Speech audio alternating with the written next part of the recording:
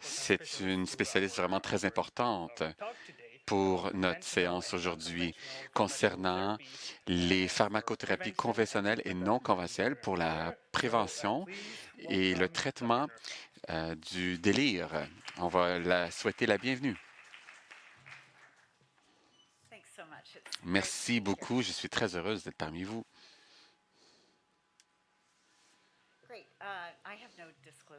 Je n'ai pas de déclaration à faire pour la présentation. J'étais une présidente précédente de l'Association en matière de délire. Si vous voulez en apprendre plus, je vous invite à le faire. Ce que j'aimerais faire aujourd'hui, Dr. Bush et moi, nous sommes des collègues de long terme dans la société en matière de délire. Et il aimerait vraiment faire un partenariat pour cette présentation. Je vais vous partager avec vous mes connaissances sur le délire et une diversité de conditions dans un milieu de santé. Ensuite, Dr. Bush va vraiment cibler par rapport à nos connaissances et les approches pharmacothérapeutiques en matière de délire. Donc, nous connaissons le délirium depuis très longtemps. Donc, vous vous demandez peut-être pourquoi je projette l'image de l'Acropolis d'Athènes. Nous savons que c'est dans la littérature médicale la première fois qu'on voit mentionner le délirium. On le voit décrit par Hippocrate, qui parle de beaucoup de types de délirium, hyperactifs notamment. C'est une condition qui est associée à un désordre accru. C'est aussi lié à la mort, à la fièvre, et c'est souvent accompagné de problèmes en matière en matière cognitive et sur le sommeil. Et ça n'a pas beaucoup changé. Finalement, ça demeure très consistant, les éléments qu'il a mis en relief et ce qu'on vit aujourd'hui. Et ceci souligne finalement l'importance de ce désordre et on met l'accent beaucoup sur l'attention et la conscientisation. On parle de délirium, on parle d'un syndrome clinique, on parle d'un groupe de symptômes qui se vit au même moment. C'est souvent abrupt. Les symptômes sont en état de fluctuation à travers la journée, à travers la vie. Souvent, et c'est toujours associé avec un déficit cognitif, de la désorientation par exemple. Parfois, les gens voient des hallucinations aussi. Et ceci n'est pas lié à un désordre particulier psychiatrique. Mais comme vous le savez très bien, lorsque vous avez la démence, vous êtes aussi porté à développer le délirium aussi. Il y a d'autres caractéristiques qui ne sont pas nécessaires pour le diagnostic et celles-ci sont les interruptions dans le cycle du sommeil qu'on retrouve souvent avec les gens atteints du délirium. C'est aussi souvent une grande irritabilité. Et il y a des hallucinations, hallucinations de type qui ressemblent un peu à des rêves éveillés. Et souvent, les gens voient des illusions. Les gens sont très frénétiques, sont souvent aussi agités. Ils ont très peur et parfois ils sont plutôt léthargiques et sont souvent somnolents. Parfois, les gens les perçoivent comme des patients idéaux car ils sont très peu exigeants, mais souvent, lorsqu'on les prend dans nos bras et on les secoue, on voit qu'ils sont vraiment dissociés un peu de la réalité. C'est parfois déconcertant. Alors, comment peut-on identifier le délirium? C'est un syndrome clinique. Je vais mettre l'emphase sur ceci. On l'identifie à travers un examen clinique. On demande l'histoire de la personne par la famille. Souvent, les gens atteints du délirium sont déconnectés de la réalité. Donc, on doit parler à leurs proches. On doit examiner leur état mental. On doit aussi regarder le cours de leur arousal, de leur excitation. On doit aussi tester pour des interruptions cognitives. On leur demande on vérifie s'ils sont désorientés. On leur demande de se rappeler de 3 items qu'ils ont vus dernièrement. On leur demande de citer l'endroit où ils sont. On leur demande, on vérifie leur comportement. Lorsqu'on est au bord du lit, on leur demande de faire peut-être des tâches simples. Souvent, on leur demande de faire des tâches en phase renversée. Parfois, on leur demande de dire, disons, les journées de la semaine à reculons ou les jours de mois à reculons. Ce type d'examen, on peut faire pour examiner leurs caractéristiques exécutives. Et souvent aussi, on peut examiner leur mémoire à court terme. Il n'y a pas de tests laboratoires qui sont vraiment privilégiés. Il faut vraiment privilégier finalement les examens cliniques. Mais vous pouvez faire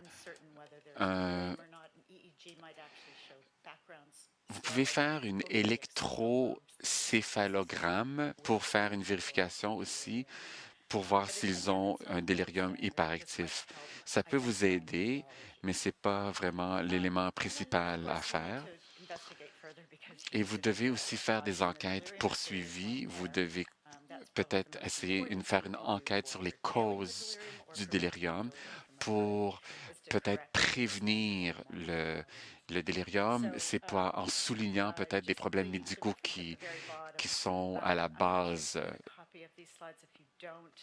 Je ne suis pas certaine si vous avez une copie de mes diapos, mais je vous invite à prendre une photo de cette diapo. Le site Web que je montre ici, c'est les co-enquêteurs de ce site Web. Ils ont mis à votre disposition différentes preuves et des outils des outils pour vous permettre de bien élaborer la sévérité de délirium atteinte par vos patients. Donc, il y a beaucoup d'informations très pertinentes et utiles pour vous. Et vous pouvez aussi voir des opportunités, des occasions de subvention. Donc, c'est vraiment un bel endroit à vérifier, à visiter si vous avez un intérêt en délirium. Donc, où trouvons-nous le délirium? Comme vous pouvez voir, il y a une grande variété lorsqu'on parle de la présence du délirium chez les gens. Fondamentalement, cette variabilité reflète les sévérités du patient. Donc, le plus grande sévérité vécue par le patient va donner un taux de délirium plus élevé.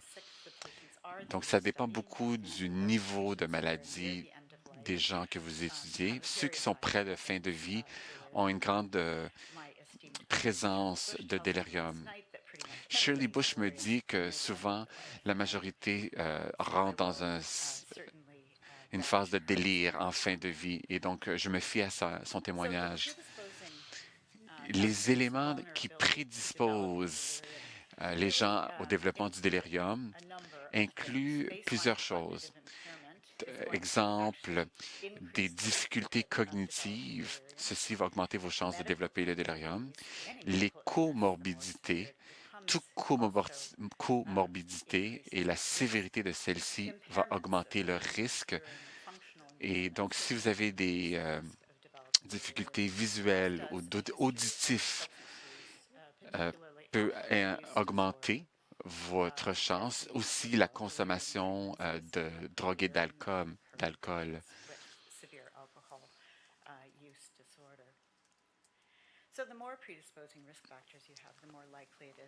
Donc, le plus de facteurs que vous avez, que je viens d'énoncer, ça va augmenter vos chances de développer le délirium. L'âge, c'est le facteur de risque principal pour le développement du délirium. Vous pouvez voir ici niveau le taux de chance que vous avez de développer le délirium. Donc, qu'est-ce qu'on fait aux patients peut avoir un impact de risque. Donc, les médicaments qu'on utilise peuvent augmenter les risques de délirium. Ça dépend des médicaments, on en parlera un peu plus tard. Les nouvelles maladies, les infections, si quelqu'un boit activement, ils sont en sevrage, ils seront prédisposés à plus de délirium et les abnormalités liées à l'hydratation et les impacts fécals. Donc, une chose que l'on fait à l'hôpital, c'est garder les gens immobilisés et ceci affecte vraiment de façon nuisible les cerveaux des gens. C'est important qu'on donne l'opportunité aux patients de marcher, d'être actifs. Donc, toute autre influence environnementale a un effet si on restreint les gens, ce qui les empêche à dormir aura des effets néfastes. Donc, parfois aussi les injections. Et si on gère mal la douleur, peut être un facteur de risque pour le développement du délirium. J'ai aussi pour mentionner le manque de sommeil, qui est un élément important. Donc, Cheryl a publié parmi ses premiers articles les idées. Donc, les gens qui ont moins de risques, les gens jeunes, finalement, qui ont très peu de comorbidité, mais les gens qui sont plutôt fragiles et vulnérables, ils ont plus tendance à développer le délirium. Et ceci démontre vraiment l'entrejeu entre ces éléments. Je vais mentionner cet article, mais si vous voulez prendre une autre photo, je vous invite à photographier cette diapo. Ceci, c'est une révision de Nature qui a été publiée par plusieurs personnes chez ADS. Et ceci montre l'état actuel de où on se trouve à l'égard du délirium. C'est une bonne façon de se rafraîchir sur les différents éléments. Donc, pourquoi sommes-nous concernés par ceci? Pourquoi êtes-vous présent aujourd'hui? Bon, fondamentalement, chez les patients qui sont dans le système hospitalier, ceci peut réduire les coûts et c'est aussi lié à beaucoup de souffrance. Donc, voilà les preuves qui sont liées sur l'augmentation du risque de mortalité. Donc, ici, c'est des études importantes qui ont été menées dans des soins intensifs.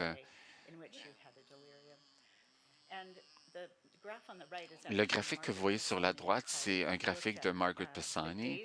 Ceci a regardé les différentes journées de délirium, puis elle a associé ça à l'effet de dosage. Donc, je pense que vous voyez très bien les associations démontrées ici. C'est aussi associé le délirium à une décroissance cognitive, un déclin cognitif si vous êtes longtemps dans une période prolongée en soins intensifs. Une des raisons pourquoi on s'intéresse au délirium à l'intérieur d'une communauté, pourquoi on en parle dernièrement, c'est parce que c'est peut-être, on essaie de trouver des façons d'aider les gens qui sont peut-être dans une trajectoire à développer la démence. Donc, des gens qui ont été hospitalisés en raison de délirium semblent avoir une pente beaucoup plus prononcée. Ces individus qui ont vécu des périodes de délirium ont une pente beaucoup plus forte pour développer la démence par après. Donc, ce qu'on voudrait dire, c'est que peut-être le délirium pourrait avoir un effet sur le cerveau qui augmente le développement de la démence. C'est une des raisons pourquoi je m'intéresse sur le délirium. Donc, peut-être que beaucoup d'entre vous ici, vous voyez vraiment l'importance de vouloir traiter le délirium à cause de l'impact que ça peut avoir sur le patient et sur la famille. Les patients, lorsqu'ils reviennent, lorsqu'ils ont terminé avec l'hospitalisation, ils deviennent tellement très perturbés après leur expérience de délirium. Donc, je suis incapable de vous montrer la vidéo, mais si vous prenez, si vous suivez le lien que j'ai mis ici, je vous montre ici une patiente très éloquente qui partage son expérience de délirium. C'est après une transplantation de rein. Donc, elle a dû revenir à l'hôpital. Elle a vécu un rejet de sa transplantation et elle avait vraiment les plus grands délires. Elle pensait que les infirmières étaient des robots. Elle mordait les infirmières et eux, ils pensaient qu'ils avaient un désordre de personnalité. Mais une fois qu'elle a repris son esprit, elle était vraiment traumatisée. Et donc, souvent, elle avait vraiment l'impression que tout ce qu'elle voyait était réel. Est-ce que c'était vraiment terrifiant pour elle? Donc, ces gens-là ont une réticence de revenir à l'hôpital parce qu'ils ne veulent pas revivre cette expérience. Donc, c'est une vidéo vraiment intéressante. Donc, si vous travaillez avec des patients qui se sentent très isolés, je pense que ça pourrait peut-être vous aider de visionner cette vidéo. Donc, la pathologie qui souligne le délirium, on pense que c'est une combinaison entre les insultes et les vulnérabilités et les changements d'environnement. Donc, je fais référence à l'article de Wilson.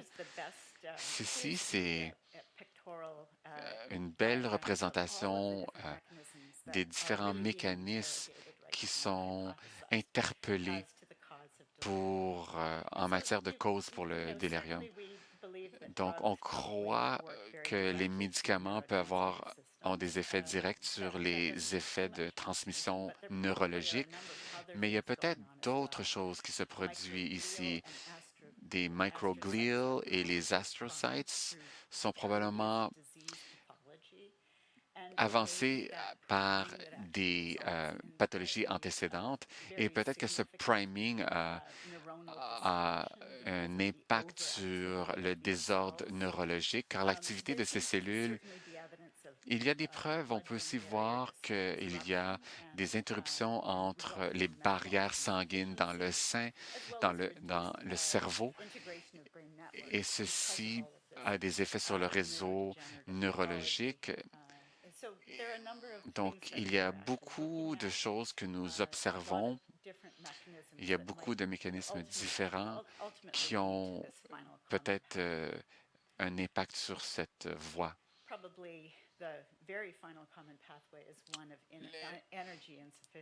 Une voie commune principale, c'est l'insuffisance d'énergie.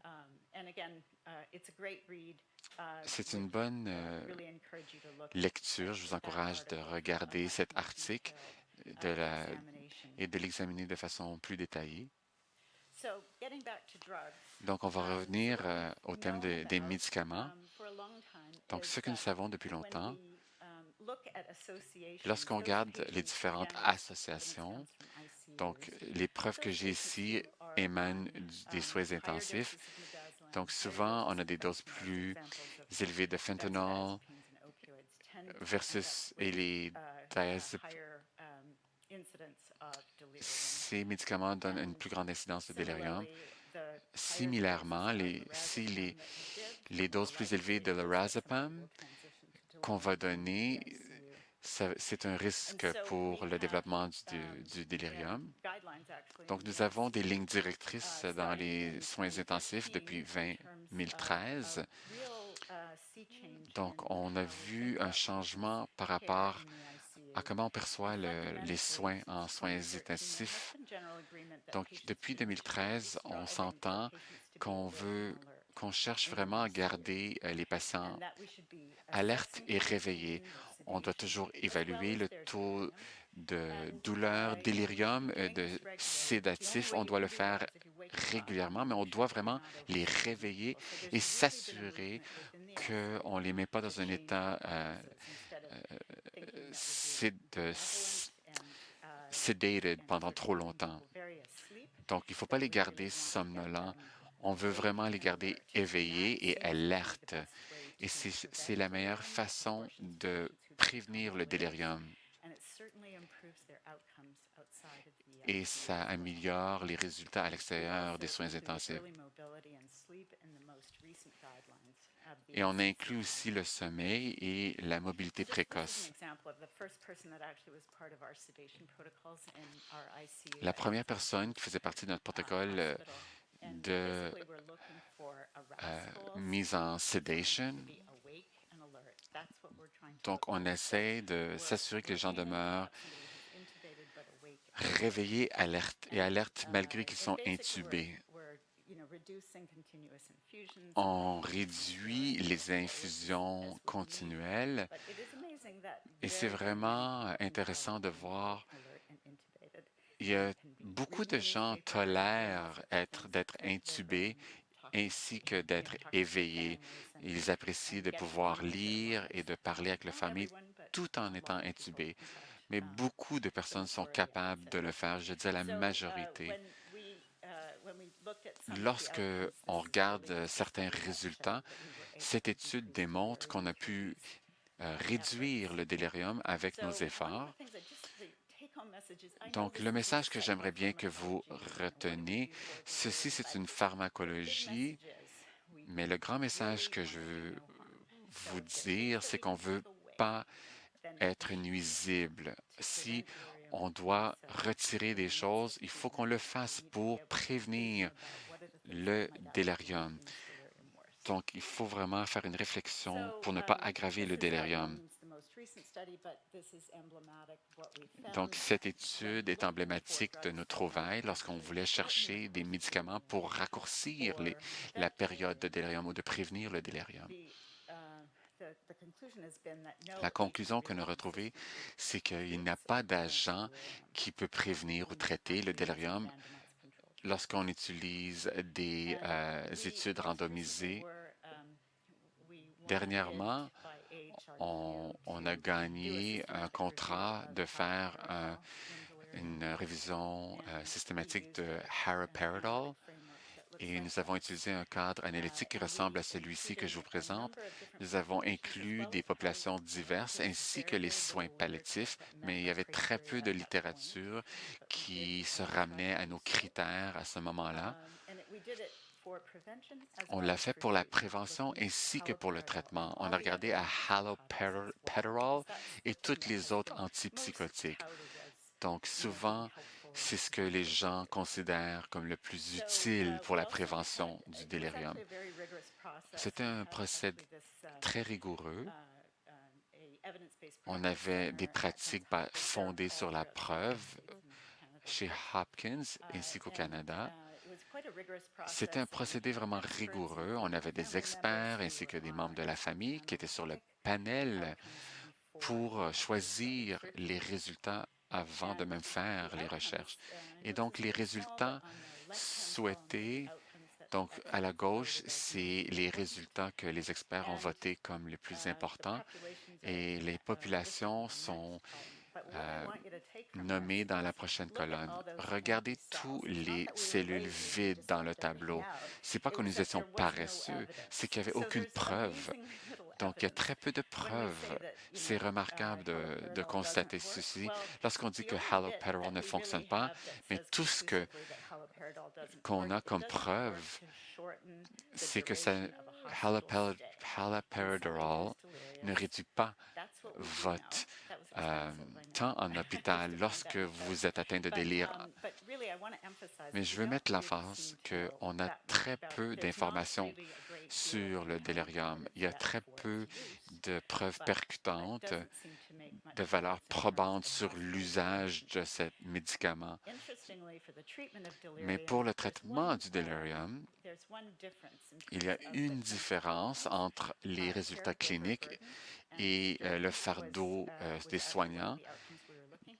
Et la fatigue était un des résultats, mais il n'y avait aucune preuve dans nos essais randomisés contrôlés. Donc, si vous voulez faire des études, je vous invite de le faire. Ce serait très important finalement de le faire.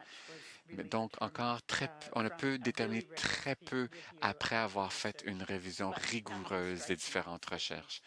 Donc, rien de remarquable qui vient de l'avant. En termes de prévention du délirium, vous pouvez voir les études vers le haut. Ceci se concentre sur haloperidol versus le placebo. Aucune différence significative. En deuxième génération, peut-être un peu plus de séparation. Peut-être l'olanzapine et disperidone peut prévenir le délirium en situation post-opérative, opérationnelle, mais c'est des petites études. Je ne leur fais pas tout à fait confiance à ces études-là. Donc, je pense que cette étude va probablement être révolue.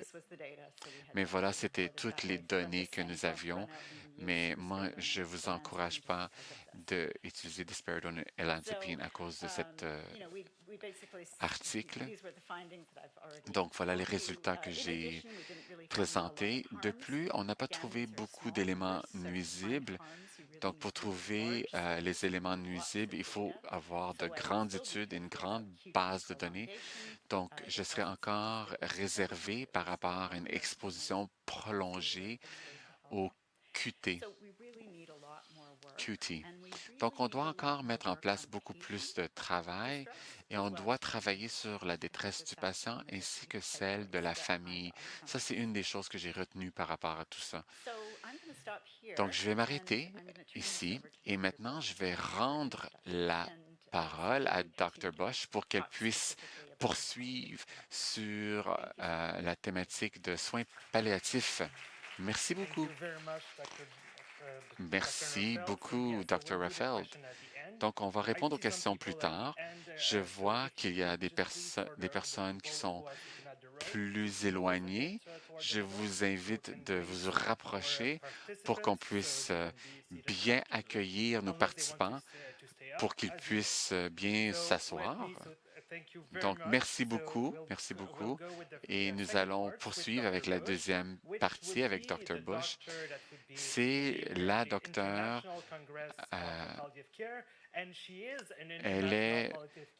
c'est une docteure internationale qui a travaillé en Nouvelle-Zélande, Australie, au Canada, dans le Royaume-Uni, et on souhaite qu'elle demeure avec nous ici au Canada. Et donc, accueillons chaleureusement Dr. Bush. Merci pour votre accueil. J'ai aussi travaillé au Texas. Merci pour le comité organisationnel pour m'avoir invité.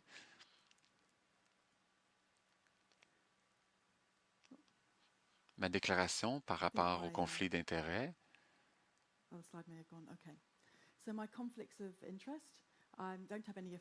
Je n'ai aucune affiliation. Je voudrais reconnaître mon département de médecine de l'Université d'Ottawa pour avoir un prix académique. Et je fais ma présentation parce que je parle de médicaments et tout est sans étiquette off-label.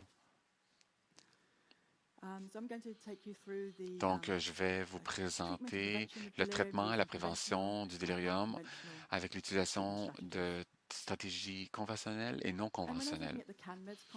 Et lorsque je regarde le CanMEDS, je voudrais mettre l'accent sur le rôle collaborateur. On doit tous travailler ensemble en tant qu'équipe avec les patients, les familles et les soignants et les prestataires de soins.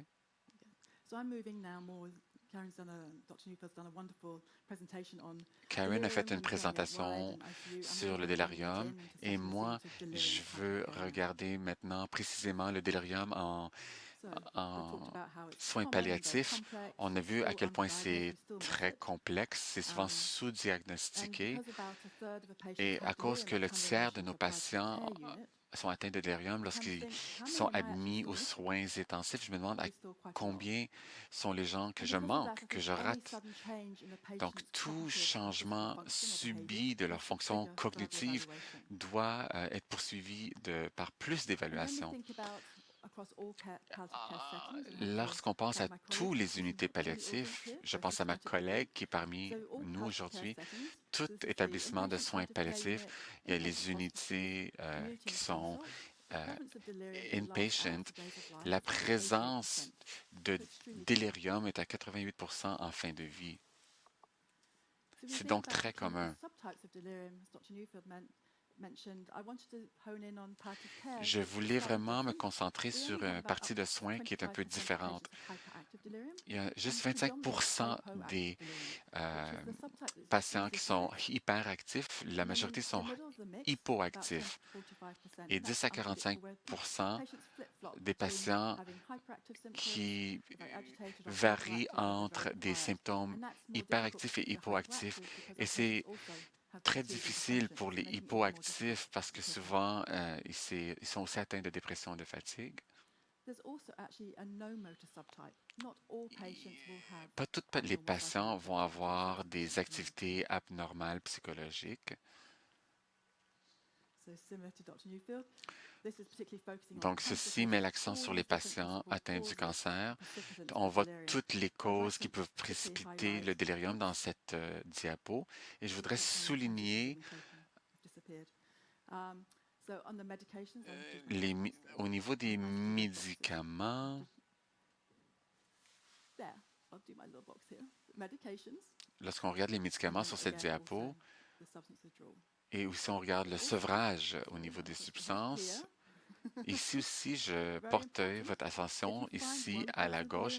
Si vous trouvez une cause, continuez à regarder, parce que souvent, il y a de 1 à 6 éléments qui précipitent le délirium. Donc, c'est important d'approfondir votre recherche.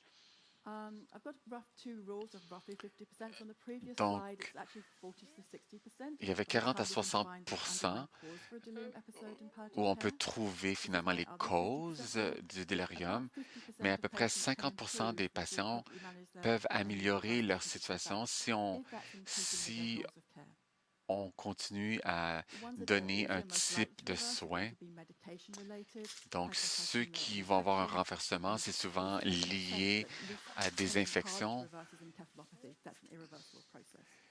L'encéphalopathie est irréversible cependant.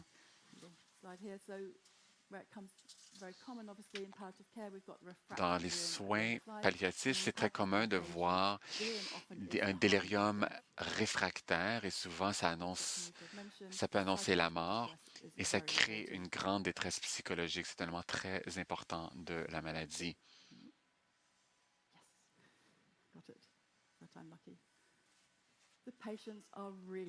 Les patients ils ont très peur. Ils sont très peur. Lorsqu'ils sont agités, ils ne veulent pas être agités. Ils ont véritablement peur que vous allez les tuer. Donc, lorsqu'ils sont très silencieux, ils sont souvent pétrifiés. Donc, vous devez modifier votre approche. Il faut parler calmement, les rassurer, car ceci va vraiment les aider à se calmer. Et les soins palliatifs, en soins palliatifs, c'est souvent ça englobe les liens familiaux aussi. C'est pas juste, ça concerne pas uniquement le patient. Donc, le délirium peut être source de détresse pour les patients et la famille. Donc, ces articles par Eduardo Barrera et Brett Balt. Ici, on voit des patients qui se sont guéris de leur épisode de délirium, mais ces patients se rappelaient de leur épisode et ils étaient en grande détresse et ils étaient en grande détresse, même s'ils étaient en épisode de hypodélirium.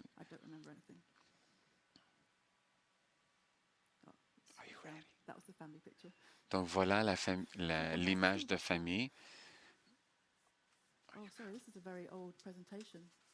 Désolé, j'ai une vieille présentation ici. Oh. Oui. C'est une présentation d'il y a 3 semaines.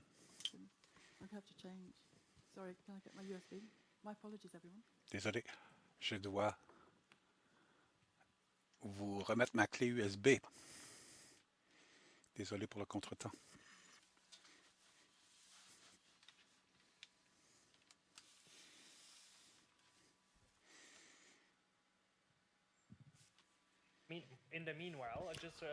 Entre-temps, j'aimerais rappeler aux personnes, vous pouvez poser des questions, vous pouvez les écrire sur l'application et je vais les recevoir. Et à la fin de la présentation,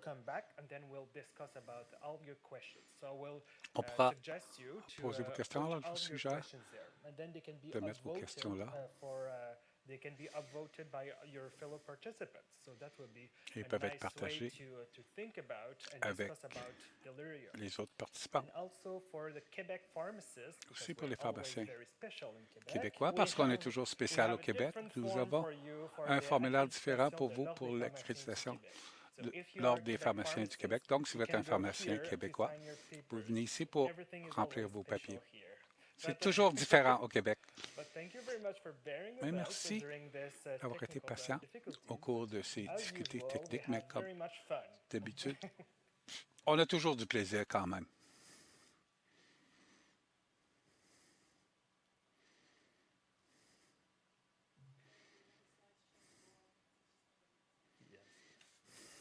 More optimization is more learning. So more learning is more take-home messages. More take-home messages is better patient care. How can I fill more space? Yes, okay. So we can move, we can get up and see who can get up faster and who. Alors, on peut se lever. Qui se lève le premier? 2, 3, 4 participants. Merci. Qui peut lever sa main droite en premier? Quelle année sommes-nous? It's a tricky one. Okay, so I think I'm hearing voices there. Je pense que j'entends des voix dans le coin. I should get a cam right here. So, how is it going, everybody? Alors, que dire? I am sure. Thank you very much. So, thank you very much for being patient because it's a matter. We want to have the most up-to-date information, so that's what we are bringing. C'est sûr qu'on veut vous donner l'information la plus récente. So this session will be is recorded, so I'm very glad cette that session est enregistrée. Have this for posterity. Alors, on aura ça comme souvenir. Probably available on the McGill International Et Public sera disponible So sur le site web du Congrès international des soins palliatifs. J'espère que ça pourra être téléversé. Sinon, j'espère qu'il n'y aura pas trop de vidéos TikTok à ce sujet et que je ne viendrai pas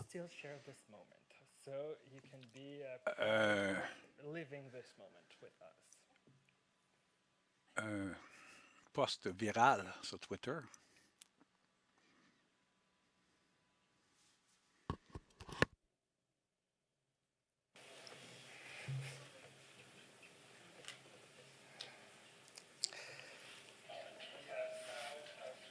Bon.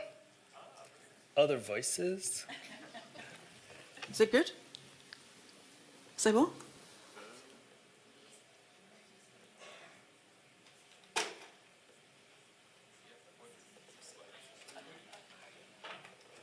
Slides are back. We're back, everybody. So thank you very much. Donc, nous sommes de retour à notre présentation, à notre programmation régulière.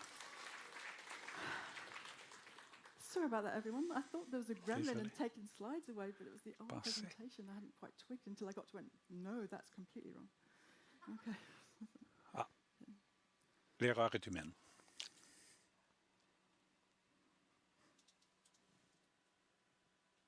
See, Brad? There. I was looking, I'm going crazy. It's delirious. It's like... Le délire s'installe. Okay. Family, yeah. Famille. Okay. Ah, bon, voilà. water now. Un peu d'eau maintenant. Hydration is very important. Très important de s'hydrater. Okay. Très bien. This was looking at Alors, delirium on regardait prevention. la So when we were prévention doing the du ESMO délire. guidelines, this was back in 2018. Alors qu'on We actually couldn't find faisait any les directives studies en 2010, to actually evaluate 2018, the on ne trouvait pas pharmacological d'études prevention of delirium. So we couldn't propose any evidence-based pour l'évaluation recommendations. pharmacologique du délirium However, we thought it's probably worth chez les recommending patients prescribing, particularly in souffrant de older cancer. patients.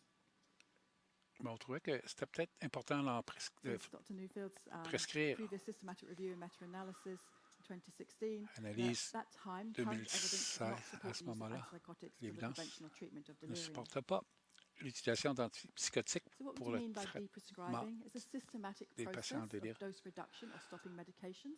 Alors, Potentially réduction harmful ou or arrêt de dangerous, we know they're médication beneficial. peuvent And être probably for most of our dangereux palliative care setting, we're tending to just do a et taper of medications and then seeing if we're going to be able to stop them completely. néfastes. It has, however, been mainly studied in older patients, and it's really Et des valuable if études you've got a palliative care avec pharmacist des who can patients assist you with this.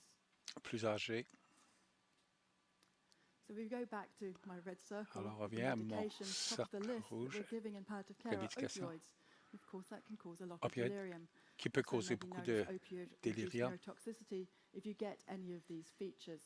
And these can si vous occur avez ces either symptômes singly et ils or peuvent in a avoir combination. lieu And it's difficult. You can see seul a patient that ou en might have combinaison. myclonus, so I might start thinking about it, hallucinations. Alors, vous allez voir The severe sedation, patient. whenever I see that, that brings to mind a patient lorsque that I had who was a retired la, pharmacist. la sédation, He really just wanted to stay on his hydromorphone. un And I was trying to reflect back last night. pharmacien à la Why retraite, did I want to get him off the hydromorphone? I couldn't remember. There was something that just hydromorphine. wasn't quite right. Like, I'm thinking, I don't think it's the right drug for you. But I couldn't remember Je ne exactly pensais pas que c'était le bon médicament pour lui. But he Je me souviens pas resisted. ce problème. No, Il I résitait, want my hydromorphone. il voulait I love son it. I'm going to stay on it. hydromorphone. J'aime ça, je And vais I went in one continuer day. d'utiliser. Là, je suis I entré couldn't une arouse him. journée. He was Je ne pouvais completely pas le stimuler. unarousable. Il était complètement Trying to look for other causes, nothing. plat. Thinking, okay, no myclonus. Aucun Just wouldn't wake up. myclonus. I'm going to change you. I'm going to rotate you, put you on morphine. Alors, je vais 24 changer. hours later, he Je vais woke vous up. retourner And et that's je all vais it mettre was. le It was morphine. just 24 severe heures plus tard, sedation. il s'est The only feature. réveillé. Alors, c'était une Of course, sédation you'd be sévère. familiar with how we manage that with switching the opioid and reducing the opioids to normally about réduire 30% in the inpatient de setting with a 30% severe toxicity. avec I les might patients go avec une even as high sévère as 50% toxicité. dose Et j'irais reduction. jusqu'à If 50% de someone didn't réduction. have any pain, Ces and I thought personnes they n'avaient were aucune neurotoxic, douleur I might start by et just reducing the opioid dose and see how that went je first. vais réduire le dosage d'opioïdes et voir comment ça va aller. So pregabalin, Prégabaline, lots of interesting side effects, including beaucoup d'effets somnolence, secondaires, confusion, somnolence, cognitive confusion, impairment. I see a lot of incapacité more patients cognitive. coming in Je now vois on de plus en plus de pregabalin. patients I'd be arriver interested maybe if sur you le have comments after to see how they're prégabalin. finding if that affects your patients.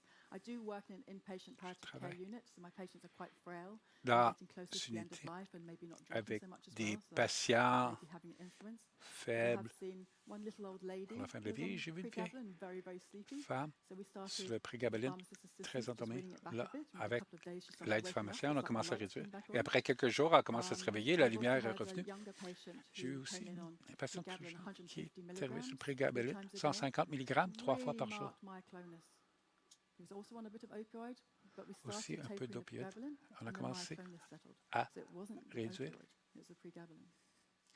So when I was looking to do this talk, I l'opioïde, was mais just c'était pas seeing some l'opioïde patient reports. I couldn't qui see any big studies. causait du But these are tort, just c'était some le of the case prégabalin. reports I found where Alors, other ça, people c'est un reported delirium, cas and even où des gens pregabalin-induced visual hallucinations. montraient des signes de délire et d'hallucination.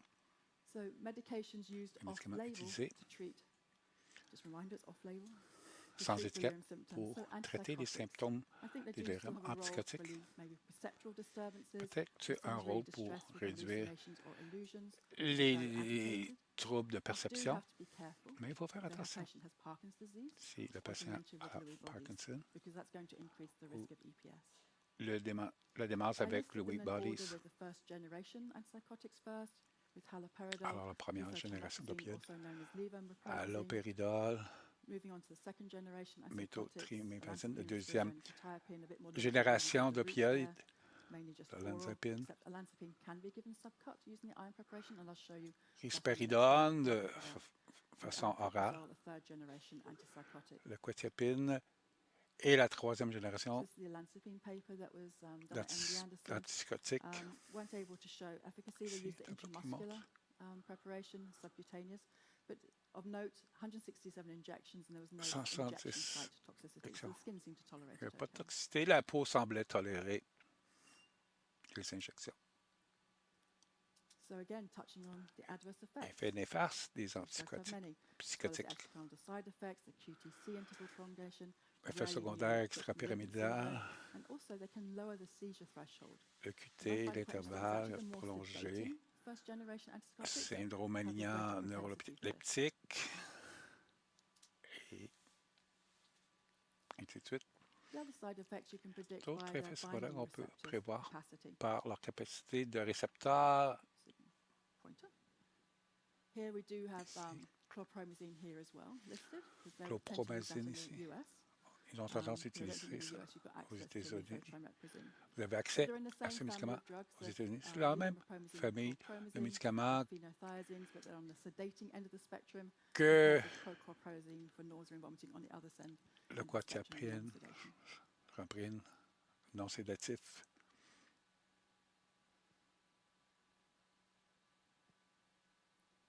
Moving on to benzodiazepines.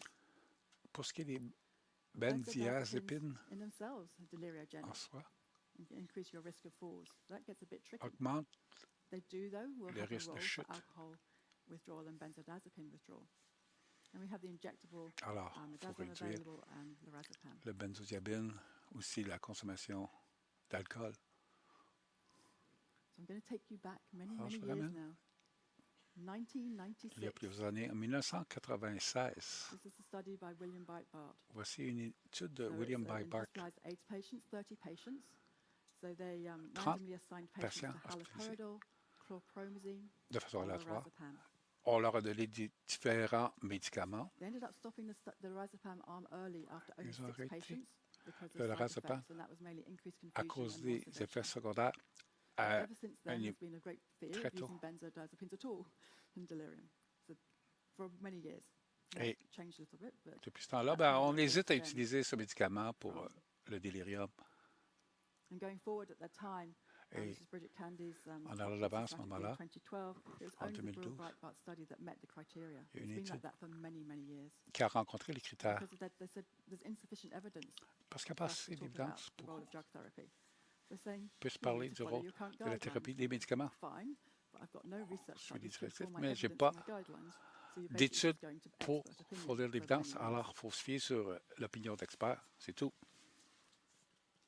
So probably a lot of people are familiar with Mira Agar's work. Yeah. Randomized controlled trials are a really big study in palliative care patients. So I've just done this study and another 2 studies. I'm just doing a few synopsis slides just to kind of recap on them because this is the palliative care evidence now, palliative care population. So patients have received either oral risperidone, oral haloperidol, or Reçoivent oral placebo, oralement and the study la lasted for loperidol, 72 hours. So that was le the duration of risperidone the study. ou placebo It was a pour une multi-site période de Australian 72 study, heures. Il y a double-blind, parallel arm, une and étude multisite dose-titrated. australienne. All the patients had confirmed Tous les delirium. patients They were inpatients avaient le in a délirium hospice or confirmé. palliative care unit. And the difference in the antipsychotic différence dose was age dans les stratified, so doses. you had a larger dose if you were 65 years or younger. Il y avait une plus grande And, dose si vous avez été for the 65 ans ou moins. age over 65, Et you had a pour ceux 50% âgés de dose plus, reduction, essentially.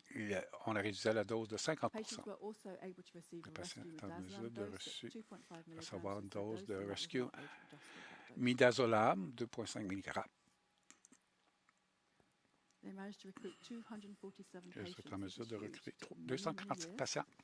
C'est beaucoup. There was slightly à more travers male, les 65, années. 66%, La plupart des mean morts, age about 75 years, and the predominantly moyenne d'âge, cancer population. 74-75 ans. So for the baseline Australia modified Karnofsky, so that's very similar to our PPS that often we use in Une ligne de Canada. référence 30% modifiée being red Karnofsky, and 50% 30 à being more 50%. active. The patients here 50% only étant had plus their actifs. Les delirium patients ici severity was avaient mild to moderate, un as délirium measured by the faible MDAS, à that's the modéré, Memorial Delirium Assessment Scale. selon l'échelle de They treated the possible reversible mesure. delirium if possible. And there was no structured approach. They just said the Les participants ont été non-pharmacological management was traités. just as appropriate. There was no formal Le intervention. délirium était réversible si possible. But to get the Mais pour obtenir 249 les patients, 247 they patients, had to ils devaient screen through 1,819. filtrer There's a lot of work. 800 950 patients. Donc, ça représente beaucoup de travail. They also used something called the Je delirium sais quelque symptom chose. score, and they took that from the L'école new desk tool. That's a de nursing symptômes delirium delirium, scale, and that's une got échelle 5 items normally, and they de just took the dépistage. middle 3 items. Ils ont Item trouvé 2, les item 3 3, items du milieu. item Item 4. 2, item 3 Just put et here on the 4. left-hand side there. Voilà, comportement inapproprié, communication inappropriée, And illusion on the et graph on the hallucination. right then, Et sur le tableau à la droite, here, ici, so this is measuring the delirium ici on symptom mesure score. So the people had the who le received pointage isoflurane and symptomatique haloperidol des had déliriums. higher scores. That's Donc, the orange and the blue circles. les Than participants the avec le placebo arm. péridome et la haloperidol avaient des plus hauts And also in pointages the placebo arm, they needed less que le midazolam. midazolam. So that was all very interesting. Et ceux sur le placebo avaient besoin de moins de They also midazolam. looked at survival. On a The people regardé aussi la received survie. Les gens who received the placebo qui ont reçu survived le longer, placebo ont survécu 6 plus days longtemps compared to 17 or 16. que 6 jours. And in their post-hoc analysis, they said Comparé à participants 16 jours. receiving the antipsychotic were about 1.5 Et times les more participants likely to recevant die. l'antiscopique avaient 1,5 So étaient, we've got this great study, but then I'm thinking, ben, but mouraient how can I 1,5 generalize this? Supposing it's a fois patient got plus. really severe delirium and someone with a worse performance score. Are these results valid or not? Don't know. Ceux qui souffraient de But David délirium Huey sévère, and on ne peut Leanne pas Simpson savoir did more si work on this with patients who were much closer to the end of ça peut life. les aider. This was his first Alors. publication in JAMA 2017. C'est une publication en 2017. I put here, they used the Ici. RAS. I know this is the RAS PAL. Donc, I just put ici, it le here because I only want to RAS-PAL. do one RAS slide because the scores and the terms are the Parce que same le if you're not pointage. familiar with it. So 0 is alert and calm. 0, c'est alerte You're et going calme. up and Plus up and qu'on up. Plus 4, you start throwing augmente, things at the nurses. à 4, commence And à come down, lancer des you're affaires à getting more and more l'infirmière. sleepy and Et more plus qu'on sedated. And -5, you're not qu'on right. descend, plus qu'ils se calment et Just to deviennent set the scene for the next slides so that endormis. you can make a bit more sense, context. So this again, Alors, this is une just autre a fois, single center though, double-blind parallel group, RCT. un groupe So patients received a avec single dose of RCT, les intravenous patients, lorazepam vous avez une or dose intravenous simple placebo and de also lazorozepam a dose of ou un placebo, haloperidol et for aussi an une adult dose patient de episode at the end haloperidol of pour un life. épisode d'agitation à la fin de They were vie. all adult patients with Tous advanced des cancer. patients The RAS adultes avec score, un cancer that avancé. little, Le RAF like a score, plumb line, le was pointage 2 or more in the était 2 previous ou plus 24 hours. dans les 24 heures précédentes. They had 90 patients for this. 90 Roughly patients, equal distribution of male-female, and the mean age was 65 years.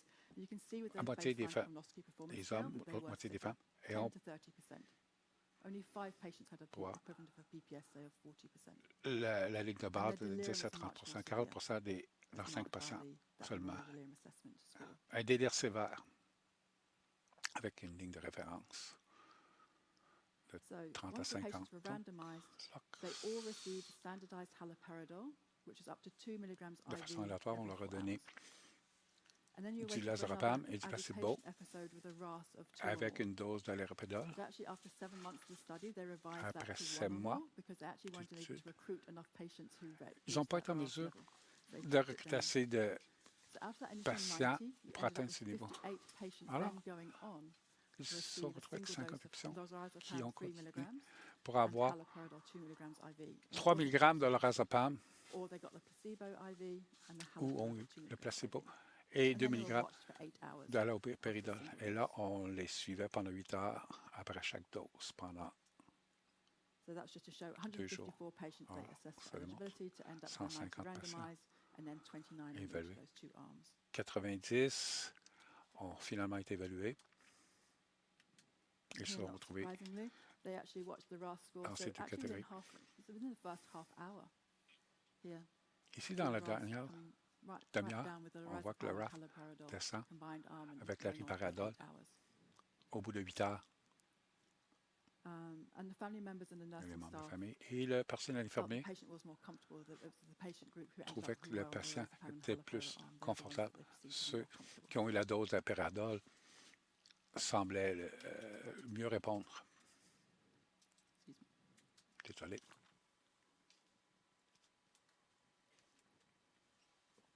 So this is a much more recent paper from David Hu and the team at MD Anderson, which is published in Lancet Oncology. Ici, il n'y a pas de groupe placebo dans cette étude. Alors, ça diffère des deux précédents. Alors, cancer avancé. Essai aléatoire.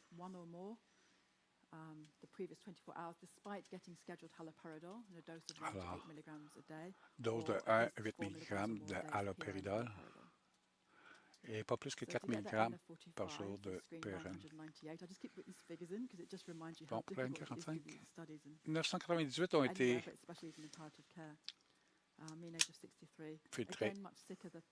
57% d'hommes, âge moyen de 63 ans, avec une ligne de référence de 10 à 30%.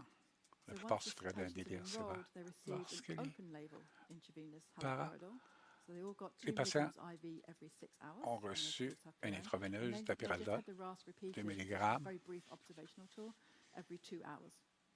et un RAS chaque 2 heures.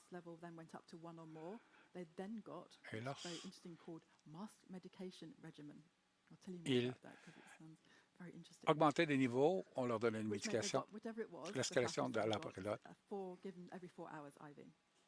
un intraveineuse chaque 4 heures. À l'intérieur de ces régimes de médication, ça s'appelle l'escalation d'haloperidol, 2 mg intraveineuse à chaque 4 heures. Ou le promosine, 25 mg intraveineuse chaque 4 heures. Ou il y avait une combinaison. Alors, on réduisait la dose d'haloperidol à 1 mg chaque 4 heures. Ça veut dire que chaque patient avait une seringue et un sac de fluide dans la seringue. Il y avait de l'haloperidol ou du dextrose. Et dans le livre, il y avait de la saline ou la propamazine. Et dans ces deux combinaisons, c'est là qu'ils sont arrivés avec les 3 différents groupes.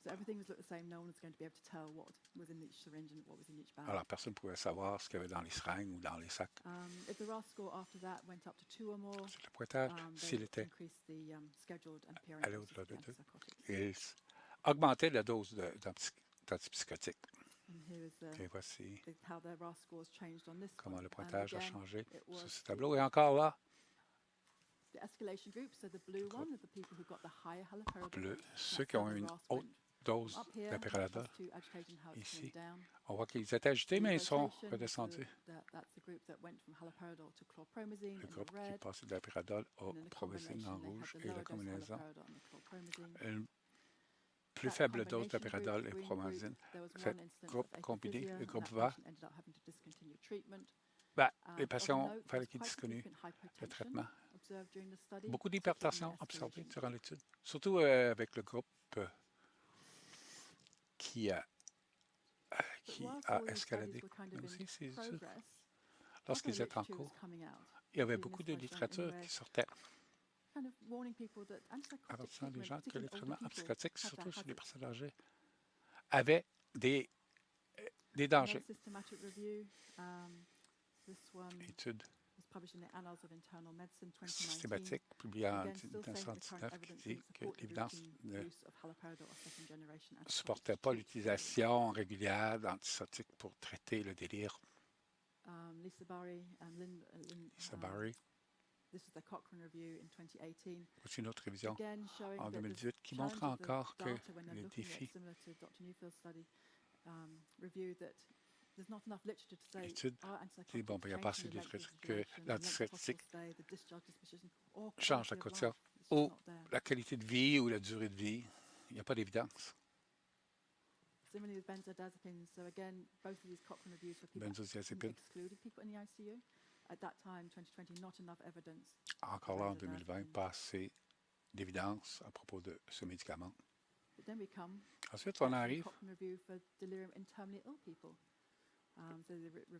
le délire pour les personnes plus âgées. En 2008, incluant des études réalisées plus tôt et après avoir revu ça. Il croyait que l'évidence n'était pas assez de qualité pour soutenir ou réfuter. Donc, on est encore dans le noir. Je mets ça ici parce que j'aime lire ce document. David Marr, who's a consultant David Marr, psychiatrist in Limerick, and qui he's the est un European psychiatre Delirium consultant. Association. I should say we have no, apart from belonging to the association, we don't get spotters fees for getting recruit people to the organisations. On n'a pas de commission pour recruter des gens. Mais il exprimait un point de vue sur les antipsychotiques. Il faut faire attention de ne pas perdre le bébé avec l'eau du bain. Et au lieu de plus jamais utiliser des antipsychotiques, je pense qu'il faut trouver le bon équilibre. Pour la directive ESMO. C'est très difficile parce qu'on a encore un patient en détresse et une famille. Comment le gérer? Donc, on a suivi cette directive qui limite l'utilisation de ces médicaments si la personne est vraiment en détresse. Et pour moi, ça a du sens. Si c'est un trouble de perception, un antipsychotique peut être bon pour ça à faible dose. Il faut faire attention au bien-être et l'utiliser au plus bas dosage possible et pour la plus courte période de temps possible. D'autres médicaments? Psychostimulants, méthylphénidate. Ça, c'est une étude canadienne en français. Peut augmenter les facultés cognitives, mais il faut faire attention.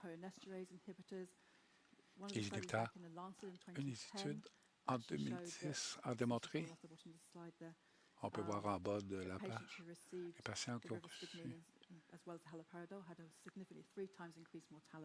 3 fois plus d'incidence de mortalité. Alors, il a fallu hâtivement arrêter cette étude dans la gestion du délirium. Ici, 2022, pas l'évidence encore pour le traitement ou la prévention du délire. Mélatonine, dexméthadone, des médicaments émergents. J'ai mis ça ici pour nous rappeler comment que ça fonctionne. Le mélatonine, le tracas des hormones, parce qu'ils sortent la nuit. Ça rend ça simple et facile à se souvenir. Produit par la glande pinéale et contrôle les cycles de réveil et de repos. Le mélatonine commence à... Les niveaux augmentent à 10 heures et rebaissent et abaissent le matin.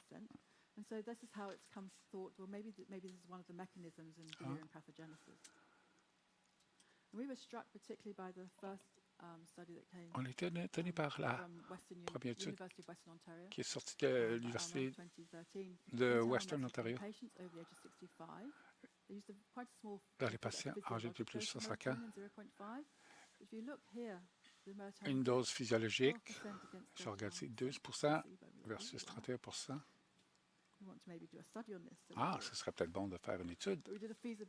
On avait fait une étude de faisabilité. Mon collègue Peter Lotta était mon collègue dans cette étude. Ça a été publié en 2020. On veut vous rappeler que c'est une étude de faisabilité. Donc, un bras parallèle, centre simple, essai contrôlé. Tous les patients avaient un cancer avancé.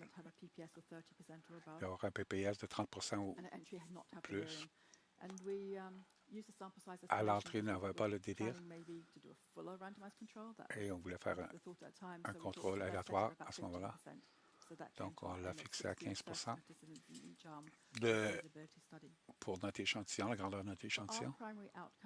Notre résultat primaire,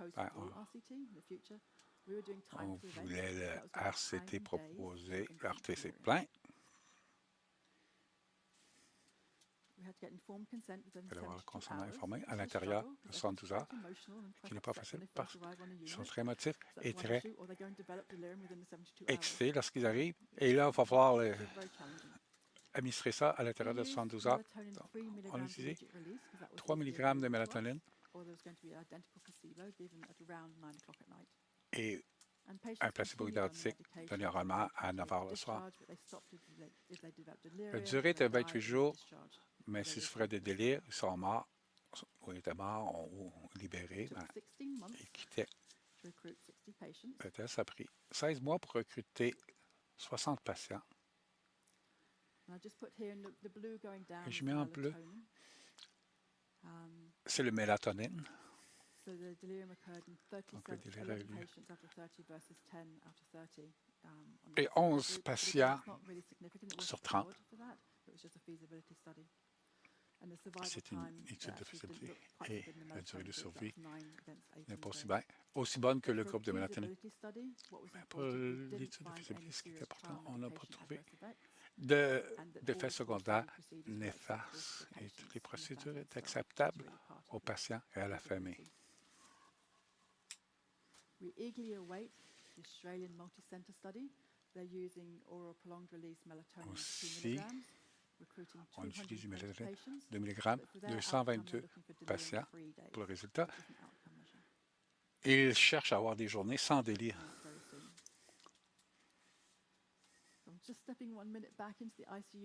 Je retourne à l'unité des soins intensifs.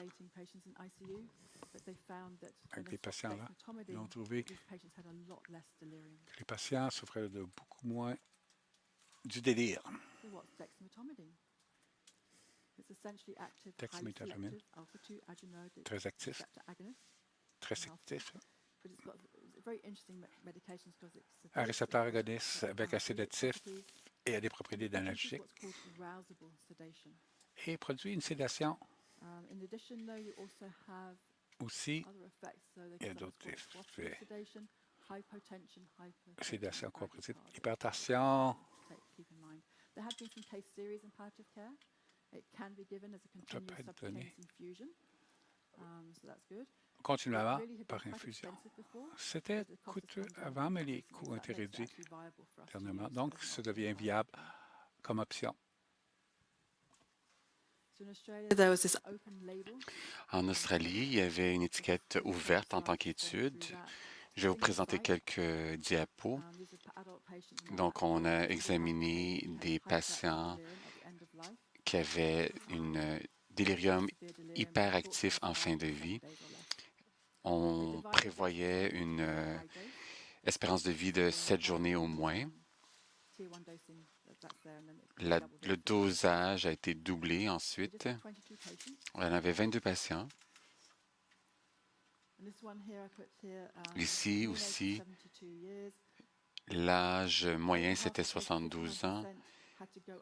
59% devaient passer de la stade 1 à la stade du tiers 1 au tiers 2. L'étude variait jusqu'à 62 heures. La peau réagissait relativement bien, quelques ecchymoses. Les patients qui sont revenus aux soins standards, on devait avoir un niveau de sédation plus élevé. Mais j'ai trouvé ça intéressant comme résultat finalement.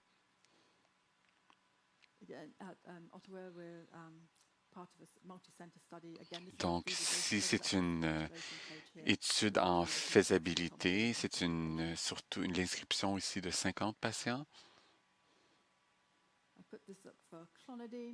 Donc, j'ai parlé de clonidine avec des propriétés moins élevées. Ils pouvaient uniquement recruter 20 patients. Ils souhaitaient 100 patients, mais ils ont quand même dépisté pour 1000 étudiants, mais ils n'ont que pu avoir finalement 20 recrues pour l'étude. Donc,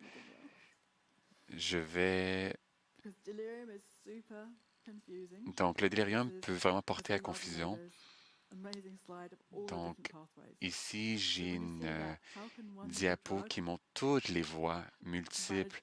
Donc, comment est-ce qu'un médicament peut gérer toutes les facettes du délirium? C'est vraiment très complexe. On a vraiment besoin des interventions à multifacettes et peut-être avec des sous-types de délirium pourrait exiger différents types de médicaments et différentes physiologies exigeraient aussi différents médicaments. Donc, on a encore beaucoup à apprendre. On a besoin d'effectuer encore plus de recherches aussi en matière de benzodiazépines. Donc, lorsqu'on attend pour plus de recherches, que peut-on faire pour les patients? Donc, ça, fait partie de nos dossiers à l'hôpital. On parle de mise en œuvre. Ici, on met le travail des infirmières. Ils puissent avoir un rôle. Donc, parfois, ils peuvent agiter le patient et ça peut provoquer une augmentation du délirium. Ça peut être un défi à gérer. Donc, on a parlé de réduire le dosage et peut-être on peut réduire encore de plus le dosage avec les gens plus fragiles et plus âgés. Et lorsque j'ai travaillé avec des pharmacistes pour la partie de haloperidol, on parle de 10 à 20 minutes. Pour la methotrithérapie, on doit attendre jusqu'à 30 minutes. Donc, peut-être que vous pouvez donner un autre médicament en attente. Donc, parfois, lorsque je rentrais le matin, l'infirmière avait déjà donné 3 doses de methodry. Donc, du methotrexate jumelé avec le antipsychotique.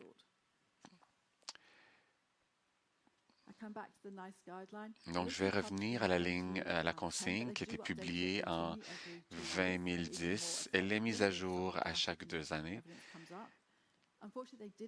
Malheureusement, ils ont exclu les patients en fin de vie. Cependant, ils ont dit que le délirium on peut prévenir à peu près le délirium dans un tiers des patients à risque. Malheureusement, excusez-moi, je m'égare un peu de la thématique de la thérapie. Et ici, c'est une autre étude que je montre qui est basée comment les interventions peuvent prévenir le délirium. Ceci, on parle d'interventions non pharmacologiques. Donc, on voit ici l'importance de reviser, d'examiner la vision, l'auditif et de développer, de mettre en place le plus d'exercices pour accélérer leur mobilité et de leur faire peut-être assis, de faire en sorte qu'ils sont assis pour manger, de faire aussi, de privilégier le cycle de sommeil et de réveil. Donc, il faut aussi garder le patient non restreint. Ceci va l'aider. Et il ne faudrait pas éviter de le restreindre. Et j'ai des collègues qui ont regardé, ici c'est une étude en faisabilité avec des interventions multi-éléments et non pharmaceutiques. Donc, ils ont dû mettre en place un peu plus de modifications avant de pouvoir mettre en place ce programme. Donc, on a des révisions plus récentes pour des interventions non pharmacologiques. Ici, ils disent que 43 des gens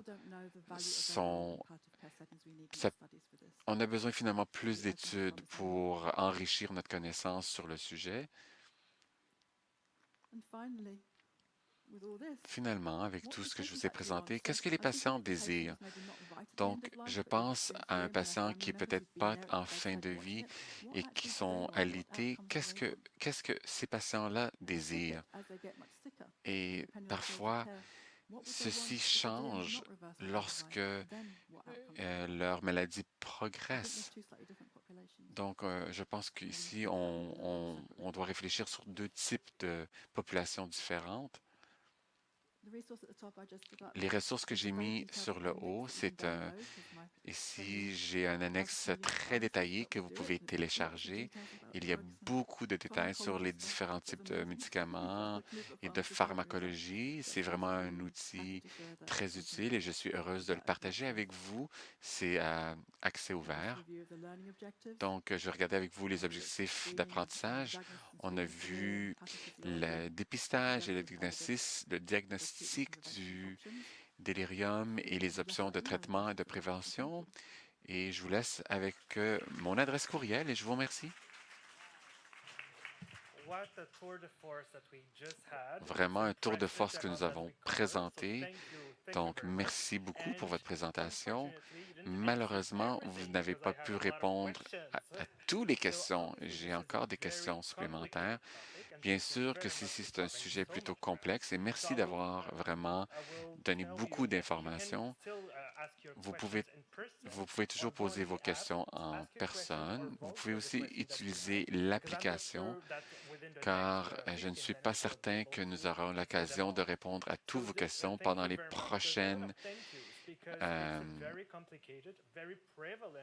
Donc, ceci est vraiment compliqué et c'est souvent prévalent. Donc, merci.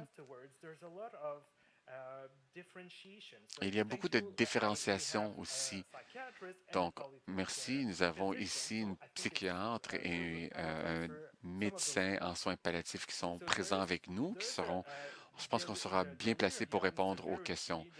Donc, la sévérité du délirium peut varier. Alors, que pensez-vous des études qui regardent les différents résultats qui ne sont pas nécessairement reconnus par le DSM?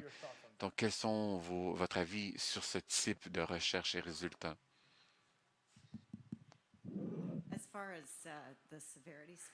Au niveau des résultats en sévérité, vous avez bien raison. Il y a parfois une préoccupation d'utiliser des résultats qui valorisent un patient excitable. Si on ne peut interagir avec le patient, on ne peut pas vraiment évaluer la sévérité de son délirium. Je pense qu'on aura de plus en plus de preuves qui vont vraiment examiner cette relation, surtout à niveau des sondages épidémiologiques. On étudie aussi une population à Londres en utilisant ces résultats de sévérité et il me dit, lors d'une réunion, il est plutôt surpris que les résultats de délirium mémorial semblent avoir une valeur intérieure à prévoir les maladies plus sévères et la mort. Donc, je vous invite de vraiment valider de votre part ou d'approuver les résultats de sévérité à l'intérieur de la population en soins palliatifs, plus précisément. Donc, il y a une question par rapport aux maladies mortelles et liées au délirium agité. Comment peut-on distinguer la différence entre les deux? Je pense que c'est difficile à le distinguer. Je pense que ça fait partie du syndrome. Pouvez-vous faire vos commentaires? Souvent, on parlait de délirium agité dans les études, mais souvent, on voit le plus souvent, c'est le délirium hypoactif.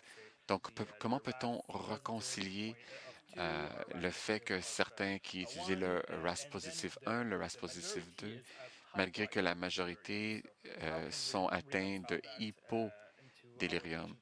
Comment peut-on réconcilier ça à l'intérieur de notre population? Donc, je pense que ceci va demeurer un défi, car les études et les médicaments sont vraiment axés sur réduire l'agitation. Donc, on doit vraiment avoir des capacités pour bien détecter s'ils ont bel et bien le délirium agité ou hypodélirium. Donc, c'est difficile jusqu'à présent quelle façon d'approcher, d'aborder la situation. On a besoin de plus de travail, de recherche à faire dans les interventions pharmaceutiques, pharmacologiques et de consulter les familles. Donc, il me semble qu'on a besoin plus de chercheurs dans le domaine. Donc, je vous pose la question, qui souhaite d'être un chercheur, venez me voir. Nous avons des questions à l'égard de dexaméthasone. Nous savons que malgré que toutes les complexités de délirium peuvent porter à plus de au délirium. Comment peut-on accroître ou décroître la présence de dexaméthasone dans la population? Ceci dépend vraiment du patient. En théorie, ça pourrait les rendre peut-être agités et paranoïaques, mais aussi d'un autre côté, il faudrait que je le garde parce que ça pourrait être utile. Je pourrais le réduire de 8 à 6. J'ai toujours une préoccupation, une inquiétude par rapport à l'équilibre.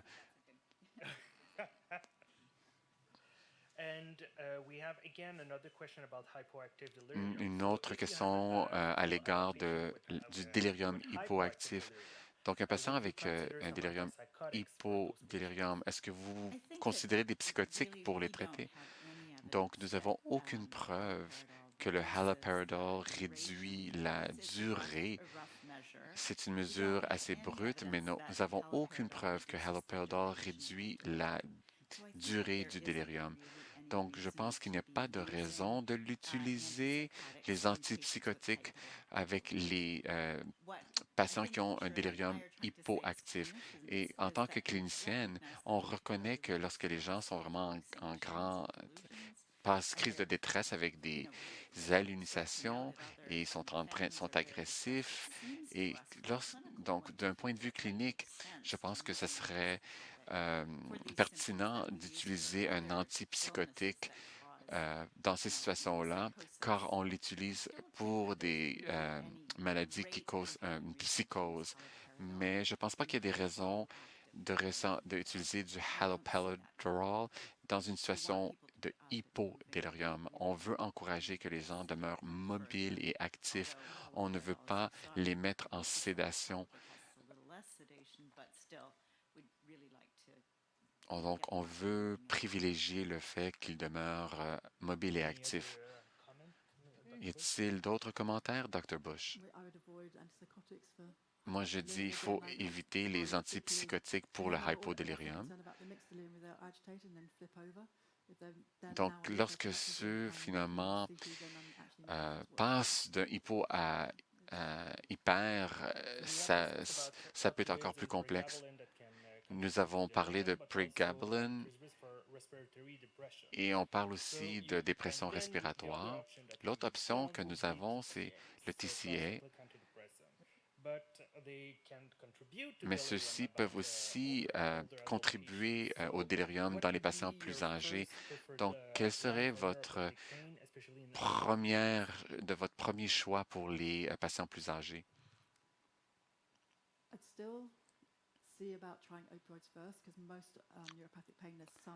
Les douleurs neuropathiques répondent bien aux opiacés et je pense qu'on doit le mettre à un niveau qu'ils puissent tolérer. Je suis plutôt vieille et ma pratique maintenant a changé. Malgré qu'on nous dit que c'est un petit ou une grosse douleur, mais si c'est une douleur, je vais mettre du triptyline. J'aime Vicoporoid acid. Donc, ma perspective a changé depuis que j'étais jeune étudiante. Donc, il y avait une pauvre madame qui avait des démangeaisons sur la tête, je me souviens bien. Et j'ai commencé le camazepine parce que c'est ce que j'ai vu dans mon livre. Il fallait l'hydrater 3 fois par jour. Et 2 jours plus tard, elle a eu une démangeaison. C'est ce qui se produit à 50% des patients. Et je n'ai plus touché le camazepine car c'était une mauvaise expérience. Mais pour des douleurs aiguës ou une douleur rectale, ça a disparu après l'usage de... J'ai prescrit la kétamine pour les patients en unité et on a essayé de vraiment cibler différents types de récepteurs. J'utilise pas pregabalin. Je ne la prescris pas. Moi, j'essaie toujours de réduire les doses en général. Il y a des commentaires sur le dosage. Concernant les doses, donc, on voit des doses intéressantes comparativement à l'outil que vous avez suggéré. Pouvez-vous faire un commentaire à ce sujet?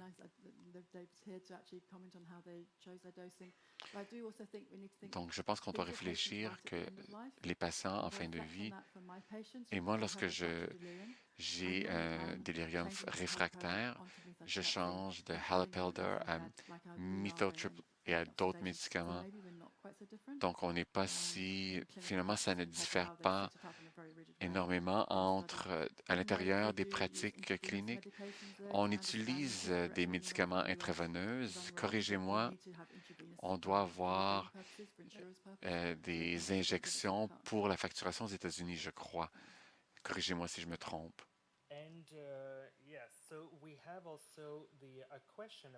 Nous avons une question sur l'augmentation de l'usage de Cevorexant pour le délirium.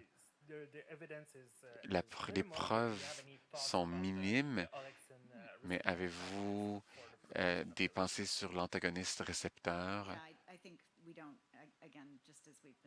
Comme nous avons dit, nous n'avons pas de preuves que Suboxone réduit. On n'a aucune preuve. Il y a peut-être certaines études qui sont présentes, mais je vois une thématique qui se présente que ceci, c'est un diagnostic clinique. Donc, c'est comme si on dit que toutes les causes d'être à court de souffle pouvaient répondre à un type de traitement. Donc, voici, c'est la mauvaise nouvelle. C'est la mauvaise nouvelle. C'est vraiment... Je suis content que les gens regardent le délirium, mais ce n'est pas une idéologie. Si les gens sont en délirium parce qu'ils sont en sevrage d'alcool, c'est bien sûr que vous allez utiliser les benzos.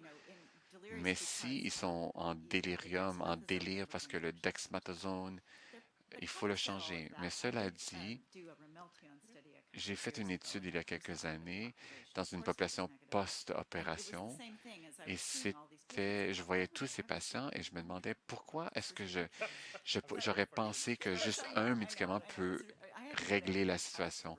Donc, je devais vraiment aller porte à porte pour le recrutement. Donc, c'était plus facile d'aller à leur domicile pour les recruter. Mais je me rends compte qu'il y a des preuves pour le mélatonine. Il y a peut-être des génotypes chez certains individus. Si on avait une population homogène, peut-être que certains agents de mélatonine pourraient être utiles, mais nous n'avons pas suffisamment d'informations précises pour pouvoir recruter à ce niveau d'homogénéité. Et le cannabis médical, avez-vous vu des résultats qui pourraient être intéressants au niveau des récepteurs et des circuits neurologiques? J'ai une collègue, Paul Rosenberg, qui fait beaucoup d'études sur la démence et il aime beaucoup le cannabis. Il voudrait l'utiliser chez tout le monde et moi, ça me fait un peu trembler parce que, mais certainement, il y a des gens qui cherchent à l'utiliser lorsqu'ils sont très agités, en état de démence, et certains sont peut-être en délire, mais je n'ai pas de sentiment ferme sur les preuves qui existent. Y a-t-il des commentaires autres pour les dernières 6 secondes que nous avons? Donc, merci à vous tous d'être présents. Merci beaucoup tout le monde. Je voudrais remercier mes deux présentatrices. Je leur ai donné la grande tâche de faire une grande révision sur, sur très peu de littérature, mais ça nous a beaucoup aidé à nous tous, à tous les chercheurs, à tous les médecins. Donc, un gros merci à vous tous.